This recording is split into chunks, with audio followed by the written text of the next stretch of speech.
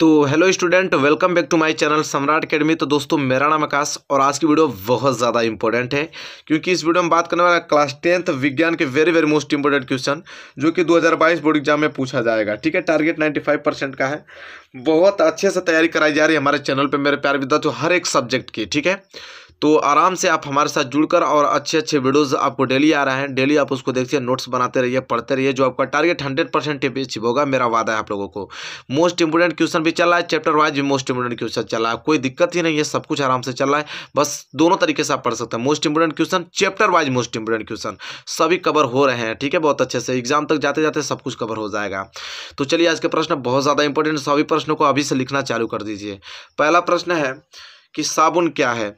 पहला प्रश्न है कि साबुन क्या है।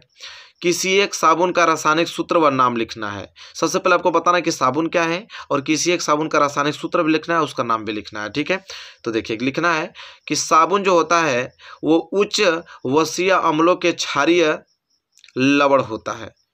साबुन जो होता है वो उच्च वसीय अम्लों के क्षारीय लवण होता है। और उच्च वसीय अम्लों से मतलब कि सोडियम और पोटेशियम। ठीक है, ये जो सोडियम और पोटेशियम आपको दिखाई देते हैं अम्ल, यह उच्च अम्लों के क्षारीय लवण होते हैं। उच्च अम्लों के क्षारीय लवण, सोडियम और पोटेशियम। ये तो साबुन की कंडीशन हुआ कि साबुन जो होता है उच्च वसीय अम्लों के क्षारीय लवण होते हैं। कह रहा है कि एक साबुन का नाम भी बताना, उसका सूत्र भी। तो एक साबुन का नाम है सोडियम स्टेरेस्ट। क्या है? सोडियम स्टेरेस्ट। ठीक है, ये साबुन का नाम है और उसका सूत्र है C17H35 COONA। बस बात खत्म। तो 2 पॉइंट आपको याद करना है कि साबुन क्या है। तो साबुन उच्च वसीय अम्लों के क्षारीय लवण होते हैं और एक साबुन का नाम क्या है? सोडियम स्टेरेट, और इसका जो सूत्र है C17H35 COONA है। बात खत्म। देखिए कितना अच्छे से आपको समझ में आ गया। चलिए, ये वेरी मोस्ट इंपोर्टेंट है, आई होप क्लियर हो गया होगा। प्रश्न नंबर दूसरा देखिए। प्रश्न नंबर दूसरा जो है, 2 तरीके से प्रश्न पूछा जाता है। पहला कि प्रकाश संश्लेषण किसे कहते हैं। प्रकाश संश्लेषण के लिए आवश्यक विभिन्न घटकों के नाम लिखिए। ठीक है, क्या जो प्रकाश संश्लेषण के कौन कौन से घटक है उसका नाम लिखने के लिए बोल रहा है। यह पूछ रहा है कि प्रकाश संश्लेषण की परिभाषा लिखिए तथा इस क्रिया की रासायनिक अभिक्रिया या समीकरण बताइए। तो चलिए जानते हैं कि प्रकाश संश्लेषण किसे कहते हैं बहुत अच्छे तरीके से। और उत्तर में आपको आंसर लिखना है कि प्रकाश संश्लेषण वह उपचाय क्रिया है जिसके द्वारा अकार्बनिक सरल यौगिकों जल तथा कार्बन डाइऑक्साइड को प्रकाशीय ऊर्जा के द्वारा कार्बोहाइड्रेट के रूप में बदल दिया जाता है। कह रहा है कि प्रकाश संश्लेषण वह उपचायक क्रिया है जिसे अकार्बनिक सरल यौगिक जैसे जल तथा कार्बन डाइऑक्साइड को प्रकाश की उपस्थिति में उसको किस में कार्बोहाइड्रेट के रूप में बदल दिया जाता है। और प्रकाशीय ऊर्जा का उपयोग हम कहाँ करते हैं? पर्णहरित की उपस्थिति में किया जाता है। प्रकाशीय ऊर्जा का उपयोग कहाँ करते हैं? पर्णहरित की उपस्थिति में किया जाता है तथा इसमें ऑक्सीजन उप उत्पाद के रूप में निकलता है। रिएक्शन के माध्यम से देख सकते हैं आप लोगों।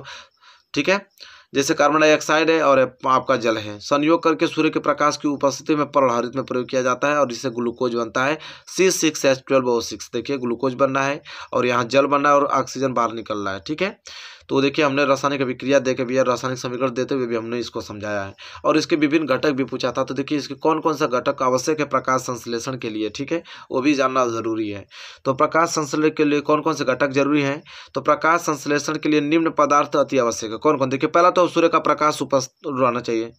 प्रकाश संश्लेषण के लिए सूर्य का प्रकाश होना बहुत जरूरी है, कार्बन डाइऑक्साइड का होना बहुत जरूरी है, जल का होना बहुत अति आवश्यक है और क्लोरोफिल का होना बहुत ही ज़्यादा आवश्यक है। ठीक है, तो यह विभिन्न घटक है प्रकाश संश्लेषण के। क्लियर हो गया। एक क्वेश्चन नंबर दूसरा था, आई होप आपको अच्छे तरीके से क्लियर आ गया होगा। ठीक है, क्वेश्चन नंबर तीसरा देखिए, वेरी मोस्ट इंपोर्टेंट। क्या है कि प्रोटीन्स क्या है, इसका निर्माण किन किन अवयवों के भाग लेने से होता है। Very most important. कह रहा है कि प्रोटीन्स क्या है, इसका निर्माण किन किन अवयवों के भाग लेने से होता है। तो आंसर लिखेंगे कि प्रोटीन्स की रचना जटिल होती है।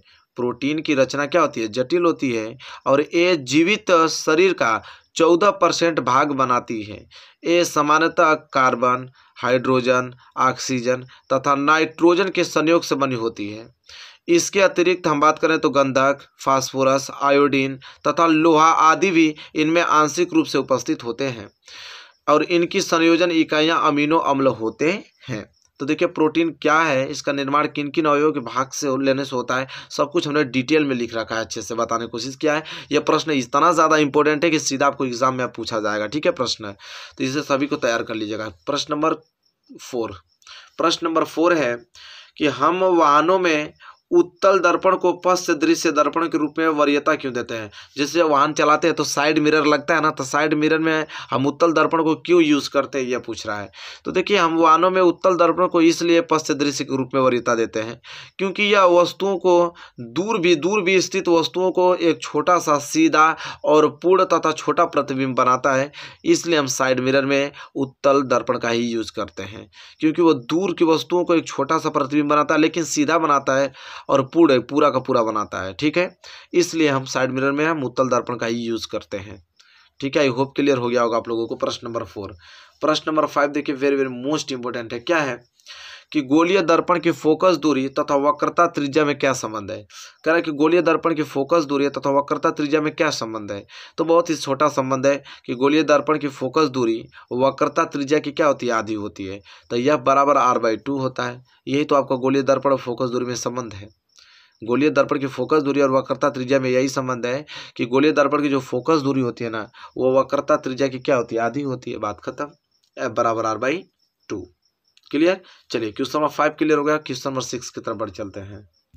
चलिए क्वेश्चन नंबर 6 देखिए वेरी वेरी मोस्ट इंपोर्टेंट है। क्वेश्चन नंबर 6 क्या है कि वायु में जलाने से पहले मैग्नीशियम रिबन को साफ क्यों किया जाता है। Very most important. कह रहा है कि वायु में जलाने से पहले मैग्नीशियम रिबन को साफ क्यों किया जाता है। तो आंसर लिखिएगा कि मैग्नीशियम रिबन की सतह पर उपस्थित मैग्नीशियम ऑक्साइड की सतह को साफ करने के लिए दहन से पूर्व इसे रेगमाल से रगड़कर साफ किया जाता है।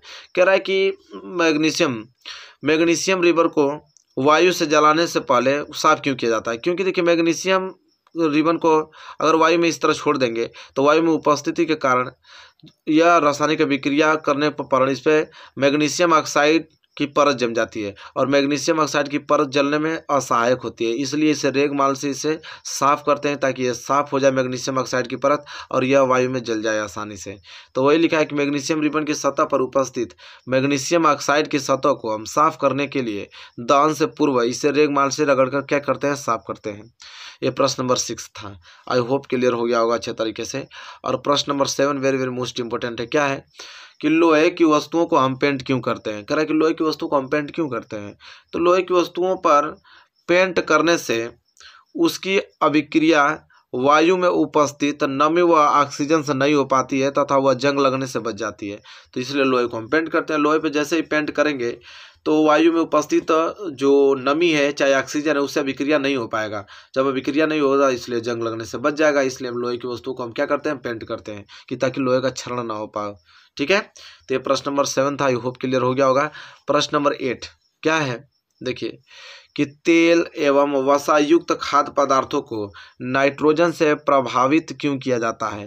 कह रहा है कि तेल एवं वसायुक्त जो खाद्य पदार्थ हैं उनको नाइट्रोजन से प्रभावित क्यों किया जाता है, ठीक है। तो देखिए इसका उत्तर लिखेंगे हम लोग बहुत अच्छे तरीके से कि तेल एवं वसायुक्त खाद्य पदार्थों को नाइट्रोजन से प्रभावित किया जाता है क्योंकि ऐसा करने से ये खाद्य पदार्थ वायु में उपस्थित ऑक्सीजन से अभिक्रिया करके ऑक्सीकृत नहीं होते हैं और इस प्रकार खाद्य पदार्थों को लंबे समय तक सुरक्षित रखा जा सकता है। देखिए नाइट्रोजन को इसलिए प्रभावित किया जाता है, किसी भी चीज़ में नाइट्रोजन किस लिए भरा जाता है।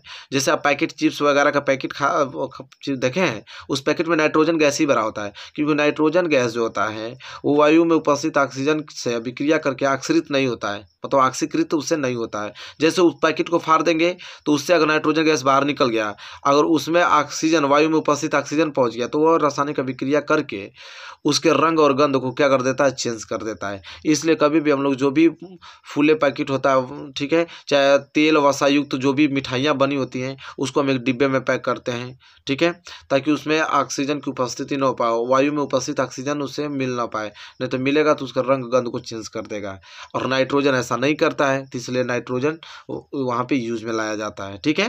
तो आई होप क्लियर हो गया होगा प्रश्न नंबर 8वां अच्छे तरीके से, कोई डाउट आपको नहीं होना चाहिए। चलिए प्रश्न नंबर 8वां क्लियर। प्रश्न नंबर 9 देखिए क्या है कह रहा है कि संतुलित रासायनिक समीकरण क्या है, रासायनिक समीकरणों को संतुलित करना क्यों आवश्यक है।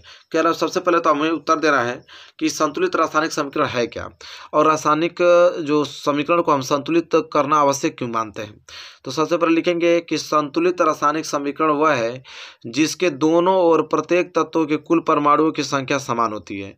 लगभग सभी रासायनिक अभिक्रियाएं जो हैं वो द्रव्यमान संरक्षण के नियम का पालन करती हैं, अतः रासायनिक समीकरणों को संतुलित करना आवश्यक है। मेरे प्यारे विद्यार्थियों, कह रहा है कि संतुलित रासायनिक समीकरण वह है जिसके दोनों और प्रत्येक तत्वों के कुल परमाणुओं की संख्या समान होती है। जैसे मैं अगर मैं बात करूँ H2O, तो ये जो H2O पानी मिला है वह हाइड्रोजन और ऑक्सीजन के संयोग से मिला है। किससे? हाइड्रोजन और ऑक्सीजन के संयोग से यह पानी का निर्माण हुआ है। और मैं आपको बताना चाहूँगा कि यहाँ पे H हाइड्रोजन 2 और हाइड्रोजन के 2 परमाणु और ऑक्सीजन के 2 परमाणु मिलकर आपको H2O का निर्माण करते हैं। ठीक है, तो ये देखिए आपका असंतुलित समीकरण है। ये क्या है? असंतुलित, क्योंकि हाइड्रोजन 2 ऑक्सीजन 2, लेकिन इसमें हाइड्रोजन 2 ऑक्सीजन 1 है, तो ये आपका असंतुलित समीकरण है। तो इसे रासायनिक समीकरण को संतुलित करना क्यों आवश्यक है? इसलिए क्योंकि सभी रासायनिक अभिक्रिया द्रव्यमान संरक्षण का नियम पालन करती हैं। द्रव्यमान संरक्षण ये कहता है कि अभिकारकों का कुल द्रव्यमान उत्पादों के कुल द्रव्यमान के बराबर होना चाहिए। इसलिए क्योंकि द्रव्यमान न तो ह्रास किया जा सकता है न तो उत्पन्न किया जा सकता है। तो भाई द्रव्यमान न तो उत्पन्न किया जा सकता है न तो नष्ट किया जा सकता है।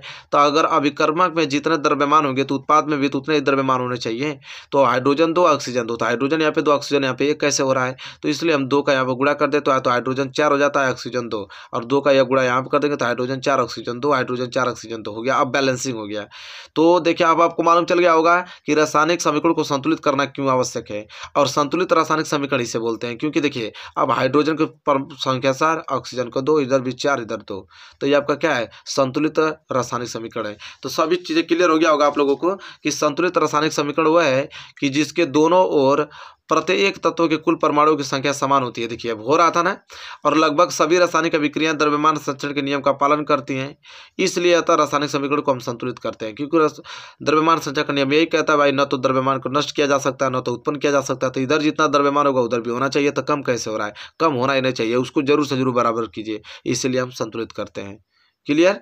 चलिए प्रश्न नंबर 9 अच्छे तरीके से समझ में आ गया होगा आप लोगों को। चलिए प्रश्न नंबर 10वां देख लेते हैं जो कि वेरी वेरी मोस्ट इंपोर्टेंट है। क्या है प्रश्न नंबर 10वां? रेडॉक्स अभिक्रिया किसे कहते हैं? उदाहरण देकर समझाइए। देखिए रेडॉक्स अभिक्रिया उपचयन अपचयन अभिक्रिया एक ही होता है। ठीक है, तो आप कंफ्यूज मत होइएगा। तो रेडॉक्स अभिक्रिया किसे कहते हैं? तो वह रासायनिक अभिक्रिया जिसमें एक अभिकारक का ऑक्सीकरण तथा दूसरे अभिकारक का अपचयन होता है उसे ही हम क्या कहते हैं? रेडॉक्स अभिक्रिया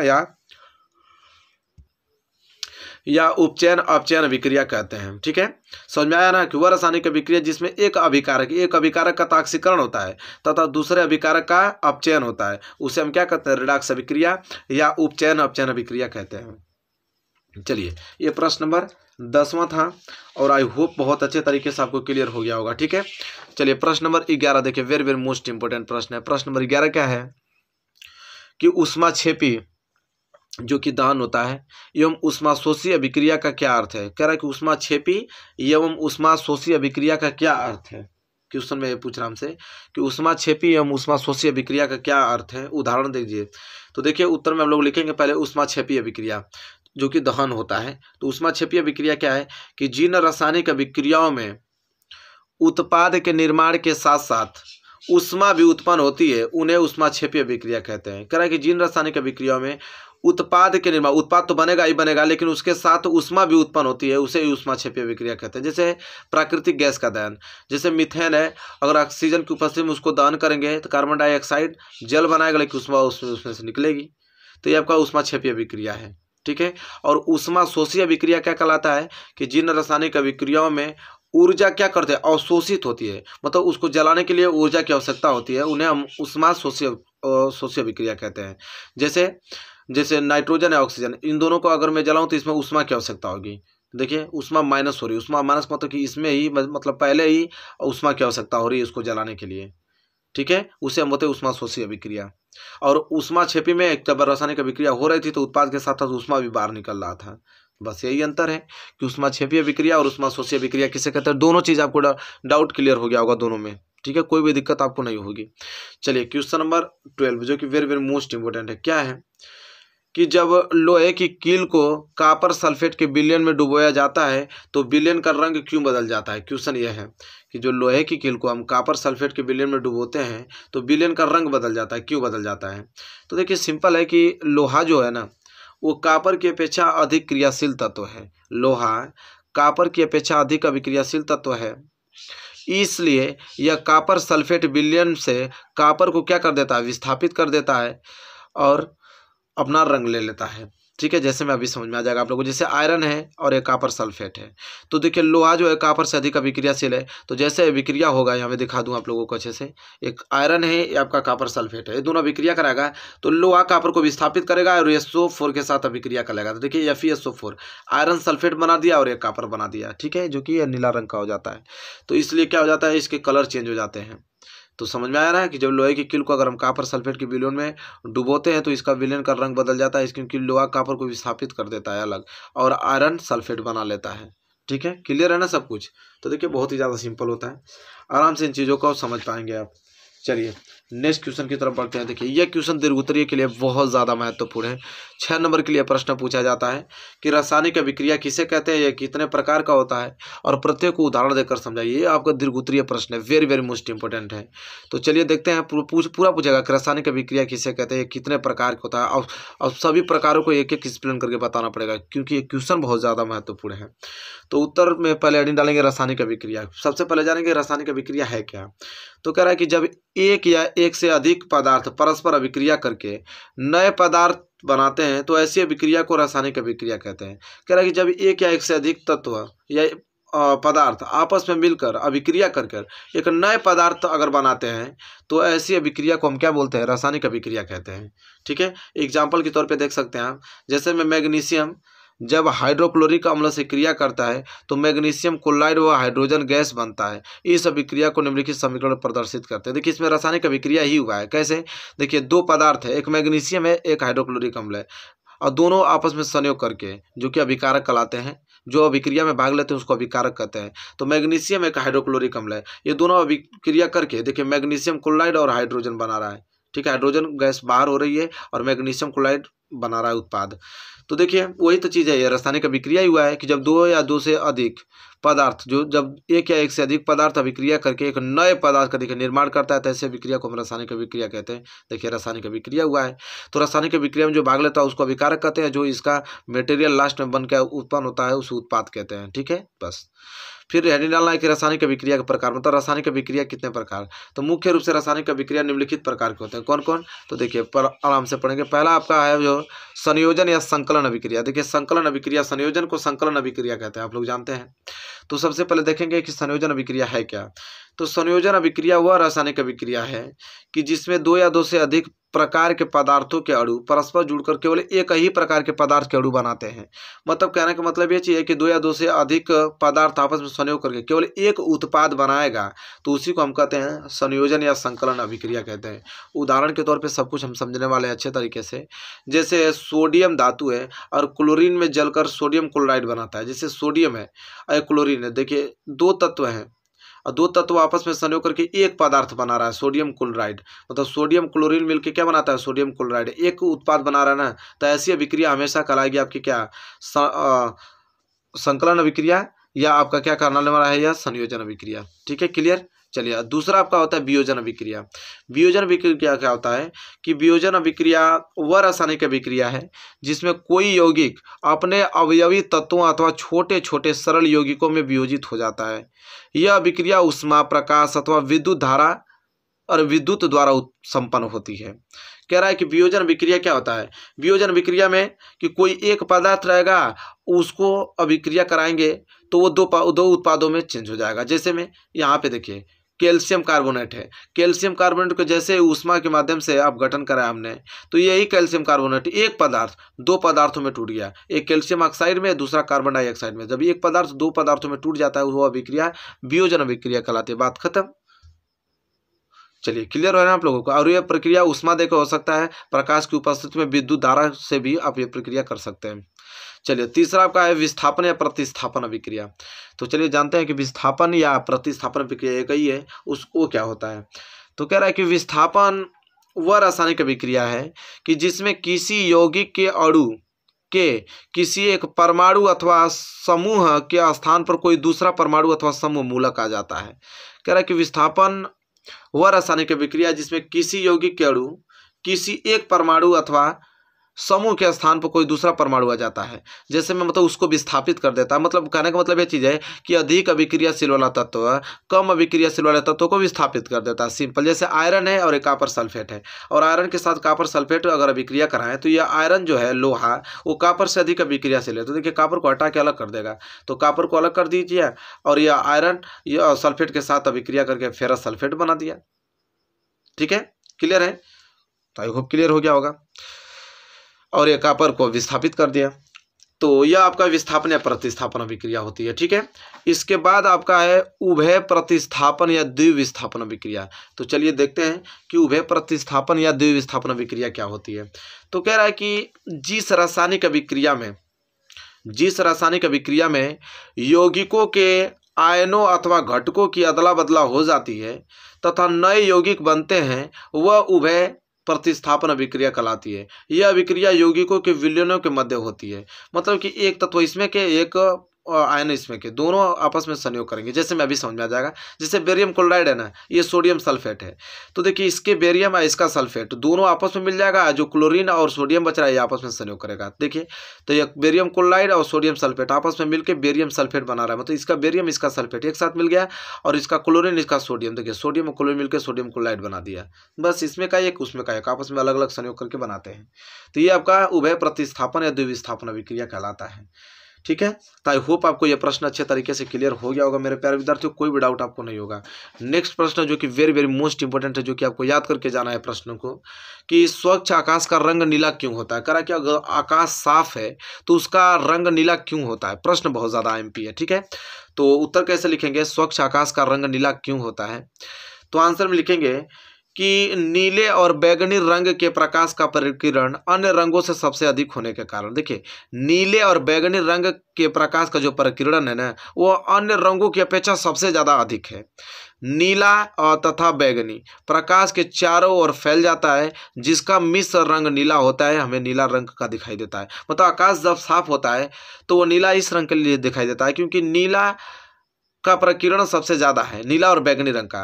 तो जिस समय आकाश साफ रहता है तो उस समय जिसका प्रकीर्णन सबसे ज़्यादा तो वही रंग दिखेगा। मतलब नीला और बैगनी उस समय दिखता है, और नीला और बैगनी चारों तरफ फैल जाता है और उसका मिश्र रंग क्या होता है, नीला होता है, इसलिए हमें आकाश नीला दिखाई देता है। तो स्वच्छ आकाश रंग का नीला प्रतीत होना यही कारण है। ठीक है, चलिए और देखिए प्रश्न नंबर ये दूसरा वेरी मोस्ट इंपॉर्टेंट, सभी प्रश्न हमने इंक्लूड किया, बहुत ज़्यादा इंपॉर्टेंट है, इसको जरूर से तैयार कर लीजिएगा। ये आप लोगों के लिए वीडियो बनाई जा रही है, बहुत ज़्यादा महत्वपूर्ण है। कह रहा है कि प्रकाश के अपवर्तन संबंधी स्नेल के नियम को लिखिए तथा समझाइए। कह रहा है कि प्रकाश के अपवर्तन संबंधी जो स्नेल का नियम है उसको समझाइए। तो चलिए देखते हैं। कह रहा है कि आपतन कोण की ज्या को हम साइन आई कहते हैं, वो अपवर्तन कोण की ज्या जिसे हम साइन आर कहते हैं का अनुपात किन्हीं दो माध्यमों के लिए नियतांक होता है, जिसे दूसरे माध्यम का पहले माध्यम के सापेक्ष हम क्या कहते हैं, अपवर्तनांक कहते हैं। तो दूसरे माध्यम का पहले माध्यम के सापेक्ष अपवर्तनांक बराबर sine i upon sine r, दोनों माध्यमों के लिए क्या होता है, नियतांक होता है। इस नियम को स्नेल का नियम कहते हैं। मतलब कि sine i upon sine r बराबर नियतांक, इसे स्नेल नियम कहते हैं, क्योंकि आपतन कोण की ज्या और अपवर्तन कोण की ज्या का अनुपात किन्हीं दो माध्यम के लिए क्या होता है, नियतांक होता है। ठीक है, जिसे हम यह भी कह सकते हैं जिसे दूसरे माध्यम का पहले माध्यम के सापेक्ष अपवर्तनांक कहते हैं। देखिए दूसरे माध्यम का पहले माध्यम के सापेक्ष अपवर्तनांक क्या होगा, sine i upon sine r बराबर नियतांक, और इसे ही हम क्या कहते हैं, स्नेल के नियम कहते हैं। क्लियर हो गया। चलिए प्रश्न बहुत ज़्यादा IMP था, आई होप क्लियर हो गया होगा अच्छे तरीके से आप लोगों को। चलिए नेक्स्ट प्रश्न की तरफ बढ़ेंगे। नेक्स्ट प्रश्न है कि कह रहा है कि चित्र द्वारा दिखाइए कि दो अभिसारी लेंसों को किस प्रकार व्यवस्थित किया जाए कि समांतर आने वाली किरणें जो है वो लेंसों से गुजरने के बाद पुनः समांतर हो जाए चित्र के माध्यम से। तो देखिए बिल्कुल चित्र के माध्यम से समझा दिया। ये दो लेंस हमने एकदम ऐसा लेंस लगाया कि जो एक दूसरे के सटीक एकदम विपरीत हो, और यहाँ से प्रकाश की किरणें जैसे ही आप जाएंगी तो इससे रिफ्लेक्ट होकर जब दूसरी लेंस पर पड़ेंगी तो वहाँ पे जाने के बाद समानांतर सीधे जाएंगी। ठीक है, तो उस दोनों लेंसों को एकदम सटीक एक तरफ पर रखना है, लेंस पहला लेंस दूसरा। तो देखिए यहाँ से प्रकाश किरणें जा रही हैं, रिफ्लेक्शन होकर फिर यहाँ पे, फिर यहाँ से समानांतर निकल जाती हैं। ठीक है, तो ये चित्र आपको बना देना है। बहुत ज़्यादा मोस्ट इंपॉर्टेंट क्वेश्चन था, आई होप क्लियर हो गया होगा आप लोगों को। कि हमसे पूछा था कि चित्र द्वारा दिखाई कि दो अभिसारी लेंसों को किस प्रकार व्यवस्थित किया जाए कि समांतर आने वाली किरणें, जो देखिए समांतर आने वाली किरणें लेंसों से गुजरने के बाद पुनः देखिए समांतर हो जाती हैं। तो इस प्रकार लेंस को हम रखेंगे। ठीक है, चलिए आई होप आपको क्लियर हो गया होगा। इसके बाद प्रश्न नंबर नेक्स्ट, जो कि वेरी वेरी मोस्ट इंपोर्टेंट है, कह रहा है कि एक किरण आरेख द्वारा प्रिज्म से श्वेत प्रकाश के विक्षेपण को समझाइए। मतलब खाली चित्र आपको बना के, बस चित्र बना देंगे, पूरा का पूरा नंबर मिल जाएगा। तो एक चित्र के माध्यम से देख रहे हैं कि जब श्वेत प्रकाश किरणें किसी प्रिज्म में गुजरती हैं तो यह 7 रंगों में विभक्त हो जाती है। विचरण कोण होता है 7 रंग, मतलब लाल, नारंगी, पीला, हरा, नीला, आसमानी, बैंगनी रंग में क्या हो जाती है, यह विभक्त हो जाती है। ठीक है, और देखिए श्वेत प्रकाश की किरणें जब जाती हैं यहाँ पे, तो यहाँ से एक रिफ्लेक्शन होता है, तो यह रेखा इधर चली जाती है। ठीक है, परावर्तन के पश्चात। ठीक है, आपतन इसे क्या बोलते हैं, आपतन कोण। श्वेत प्रकाश की किरण और अपवर्तन जो किरण के बीच जो कोण बनता है उसे आपतन कोण कहते हैं, साइन आई। ठीक है, तो यह कंडीशन है कि किरण आरेख द्वारा पूछा था कि प्रिज्म से श्वेत प्रकाश का विक्षेपण को समझाने के लिए, तो चित्र के माध्यम से आप इसको समझा सकते हैं। आई होप आपको क्लियर हो गया होगा। Very very most important question था। नेक्स्ट क्वेश्चन जो कि वेरी मोस्ट इंपॉर्टेंट क्वेश्चन है वो क्या है उसको देखने वाले हैं। प्रश्न यह है कि श्वसन तथा दहन में अंतर लिखिए। देखिए वेरी वेरी मोस्ट इंपॉर्टेंट है। क्वेश्चन हमसे पूछा है कि श्वसन तथा दहन में अंतर लिखिए। तो एक साइड आपको श्वसन हेडिंग डालना है और एक साइड आपको दहन हेडिंग डालना है। श्वसन में लिखना है कि यह जैविक नियंत्रण में होने वाली जैव रासायनिक ऑक्सीकरण क्रिया है। श्वसन जो है वह जैविक नियंत्रण में होने वाली जैव रासायनिक ऑक्सीकरण क्रिया है। और दहन क्या होता है, तो यह अनियंत्रित रासायनिक ऑक्सीकरण की क्रिया है। श्वसन में दूसरा पॉइंट आपको लिखना है कि यह क्रिया सामान्यतः 25 से 45 डिग्री पर होती है तथा इसमें कम ऊर्जा उत्पन्न होती है। लेकिन दहन की बात करें तो यह क्रिया उच्च ताप पर होती है तथा इसमें उच्च ऊष्मा उत्पन्न होती है। ठीक है, चलिए इसी तरह श्वसन में तीसरा पॉइंट कि यह क्रिया एंजाइम्स की सहायता से होती है। यह क्रिया एंजाइम की सहायता से होती है। और दहन में लिखेंगे कि इसमें एंजाइम्स की आवश्यकता नहीं होती है। ठीक है, चलिए तो आई होप आपको क्लियर हो गया होगा कि श्वसन और तथा दहन में अंतर लिखिए। ठीक है, very very most important question था और इसे जरूर से तैयार कर लीजिएगा, एग्जाम में जरूर से पूछा जाएगा। ठीक है, चलिए और नेक्स्ट प्रश्न है आप लोगों का प्रश्न नंबर 6 कि जीवों के जनन की विखंडन एवं खंडन विधि को उदाहरण सहित स्पष्ट कीजिए। कह रहा है कि जीवों के जनन की विखंडन एवं खंडन विधि को समझाइए। तो चलिए सबसे पहले देखेंगे विखंडन क्या होता है। कह रहा है इस विधि में कोशिका 2 भागों में विभाजित होकर नई संतति कोशिका का निर्माण करती है, जैसे जीवाणु व यूग्लिना। यह विखंडन होता है। विखंडन में क्या होता है कि कोई भी कोशिका 2 भागों में विभाजित होकर एक नया संतति कोशिका का निर्माण कर लेता है, उसे हम कहते हैं विखंडन। और दूसरा है खंडन, उदाहरण भी बता दिया जीवाणु जैसे यूग्लिना। खंडन में क्या होता है कि इसमें जो सुकाय के कायिक सूत्र या तंतु टूट जाते हैं तथा इन टूटे सूत्रों का प्रत्येक भाग वृद्धि करके नए पादप का निर्माण कर लेता है, उसको खंडन कहते हैं। जैसे शैवाल हुआ, कवक हुआ आदि।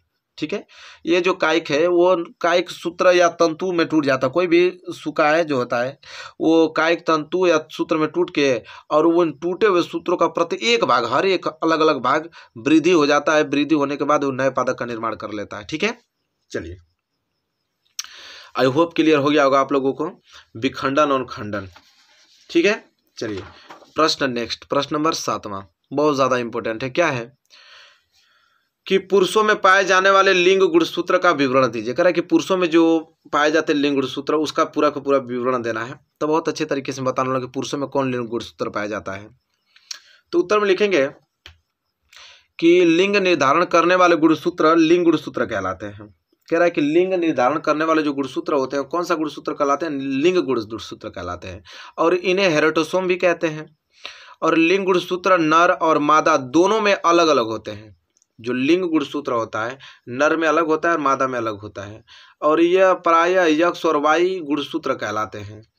ठीक है, मनुष्य में जो लिंग निर्धारण इन्हीं गुणसूत्रों द्वारा होता है, क्योंकि पुरुषों में पाए जाने वाले जो लिंग गुणसूत्र होता है और यक्ष और वाई होता है पुरुषों में, और महिलाओं में जो पाया जाता है और यक्ष एक्स होता है। ठीक है, तो ये बात क्लियर होनी चाहिए। तो आपको समझा गया ना कि पुरुषों में पाए जाने वाले लिंग गुणसूत्र क्या कौन सा होता है, यक्ष वाई होता है और किन से मिलकर बना होता है, सब कुछ हमने आप लोगों को एक्सप्लेन करके बताया है। ठीक है, आई होप आपको प्रश्न नंबर 7वां क्लियर हो गया होगा। प्रश्न नंबर इसका नेक्स्ट क्या है कि कॉपर ग्लास अयस्क से किस प्रकार तांबा विगलित किया जाता है। यह तो प्रश्न को पूछता है कि कॉपर के एक अयस्क का नाम तथा सूत्र लिखिए। तो चलिए देखते हैं। तो कॉपर ग्लास जिसे Cu2S कहते हैं, तो कॉपर ग्लास जब इसे वायु में गर्म करते हैं तो आंशिक रूप से यह ऑक्सीकृत हो जाता है, अतः ऑक्सीकृत उत्पाद शेष कॉपर ग्लास से क्रिया करके क्या बना देता है, कॉपर धातु बना देता है। जैसे कॉपर ग्लास है और ऑक्सीजन है, अभी क्रिया करा कर देखिए कॉपर ऑक्साइड बना दिया और यहाँ पे SO2 बना दिया, सल्फर डाइऑक्साइड, ठीक है। और इसके बाद देखिए कॉपर का अयस्क जो होता है क्यूप्राइट, अतः इसका सूत्र होता है C2O, ठीक है, क्योंकि इसका एक अयस्क का नाम पूछा था और उसका सूत्र भी। तो कॉपर का एक अयस्क है क्यूप्राइट और इसका सूत्र है C2O, ठीक है, क्यूप्राइट, ठीक है, क्यूप्राइट इसको बोलेंगे, ठीक है, क्यूप्राइट। क्लियर हो गया। तो कॉपर ग्लास अयस्क से किस प्रकार तांबा विगलित किया जाता है, आपको आई होप क्लियर हो गया होगा प्रश्न नंबर 8वें के माध्यम से, ठीक है। बहुत सारा प्रश्न हमने इंक्लूड किया है जो कि आपको मोस्ट इंपोर्टेंट क्वेश्चन है और एग्जाम में पूछा जाना ही जाना है यहाँ से। देखिए नेक्स्ट प्रश्न तो और ज़्यादा इंपॉर्टेंट है, क्या है कि हीमोग्लोबिन कहाँ होता है, इसका मुख्य कार्य लिखिए। देखिए कितना मोस्ट इंपॉर्टेंट है, डायरेक्ट पूछा है कि हीमोग्लोबिन कहाँ होता है, इसका मुख्य कार्य लिखिए। तो चलिए लिखते हैं। तो कह रहा है कि रुधिर का जो रंग है लाल रुधिर कणिकाओं में उपस्थित हीमोग्लोबिन के कारण होता है। कह रहा है कि रुधिर का रंग लाल रुधिर कणिकाओं में उपस्थित हीमोग्लोबिन के कारण लाल होता है। हीमोग्लोबिन एक लवण संयुक्त प्रोटीन है जिसमें ऑक्सीजन तथा कार्बन डाइऑक्साइड के साथ जुड़ने की क्षमता होती है। हीमोग्लोबिन ऑक्सीजन कणों को वायु कोशों से प्राप्त कर किसमें चेंज कर देता है, ऑक्सीहीमोग्लोबिन में परिवर्तित हो जाता है और ऑक्सीजन का शरीर के सभी अंगों तक परिवहन करता है, ठीक है। ऑक्सीजन का शरीर के सभी अंगों तक क्या करता है, परिवहन करता है। यह हीमोग्लोबिन का है। तो हीमोग्लोबिन कहाँ होता है, इसका मुख्य कार्य क्या है, हमने अच्छे तरीके से एक्सप्लेन करके आपको बता दिया। क्लियर है। चलिए नेक्स्ट प्रश्न जो कि वेरी वेरी मोस्ट इंपोर्टेंट है, क्या है कि उदाहरण देते हुए खनिज तथा अयस्क को स्पष्ट कीजिए। कर रहा है कि उदाहरण देते हुए आपको बताना है कि खनिज क्या है, अयस्क क्या है। तो एक साइड आपको खनिज लिखना है, एक साइड अयस्क लिखना है। प्रश्न बहुत ज़्यादा इंपॉर्टेंट है। तो लिखेंगे आंसर खनिज में कि प्रकृति में भूपर्पटी के नीचे धातुएं जिन यौगिकों के रूप में पाई जाती हैं उन्हें खनिज कहते हैं। कह रहा है कि प्रकृति में भूपर्पटी के नीचे जो धातुएं जिन यौगिकों के रूप में पाई जाती हैं उन्हें यम खनिज कहते हैं। और इसमें लिखना है अयस्क में कि जिन खनिज में धातु अधिक मात्रा में उपस्थित होता हो तथा उसमें धातु को आसानी से एवं कम खर्च में प्राप्त किया जा सके, अयस्क कहलाता है, ठीक है। और दूसरा खनिज में पॉइंट लिखना है कि सभी के सभी अयस्क हम खनिज होते हैं। सभी अयस्क क्या होते हैं, खनिज होते हैं, ठीक है।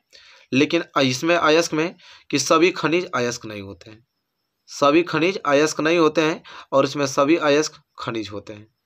क्लियर है।